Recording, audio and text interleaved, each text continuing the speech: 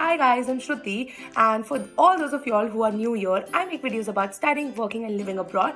And if that is something relevant for you, don't forget to hit the subscribe button and like this video so that I know what you guys enjoy.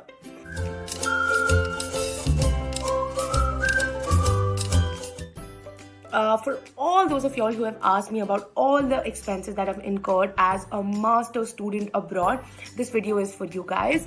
And I feel like it's so important to talk about it now because I've already completed 2 years of studying abroad and I have a pretty good idea about what I incurred as an expense. And even though I've made a very detailed video on the living expenses that usually people incur in France, I thought that this is a good time for me to share with you whatever I spent. And that's completely on the basis of what I incurred as expenses and not the way it would look like for you, of course.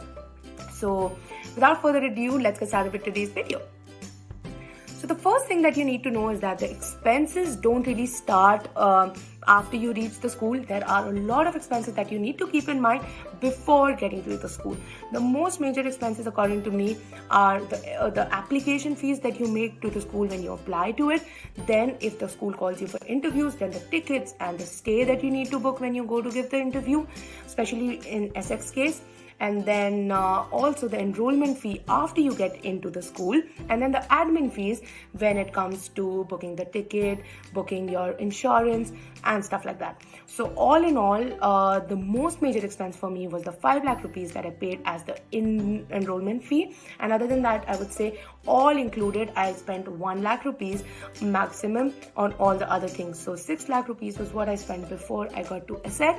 And then I made my first installment of the fees, which was around 13 to 14 lakhs INR. That was again a major expense. So before I actually stepped into France, I had already spent around 20 lakhs. Now, after coming to France, I was staying in the student accommodation with ESSEC. So there, rent was my major expense, which was around 400 euros from my pocket. It was actually more, but then you do get some government benefits that I've mentioned down in my other video. Other than that, I was also spending on my living expenses, which for me was around 400 euros and sometimes a little bit more. So all in all, around 800, maximum 900 euros per month, which is around 75 to 80,000 INR per month is what I was spending in the first year of my journey at ESSEC. So you can do the calculation for the whole year.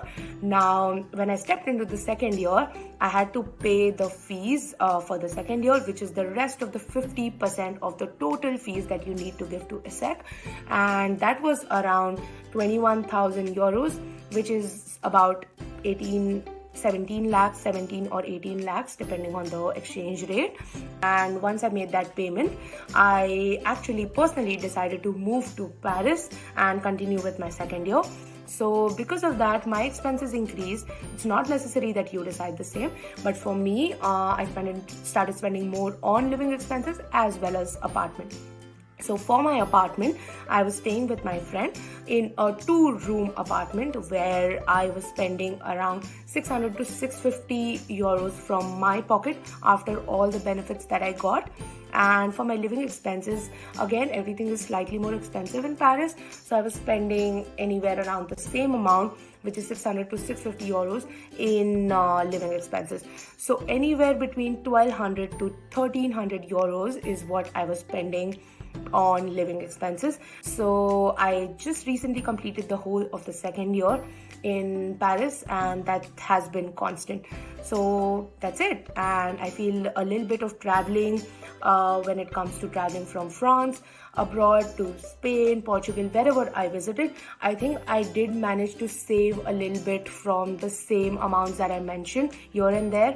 And then if I was traveling about after 4 months or 5 months of saving up, I think I had enough money to travel around and then include it in my monthly expenses and then make up for all the travels that I did. So that's it. And I hope this was helpful. I hope you can make a good budget for yourself before you actually make it to the school. And if you have any other question, don't hesitate to mention down below in the comment section. And I'm going to see you soon. Bye-bye.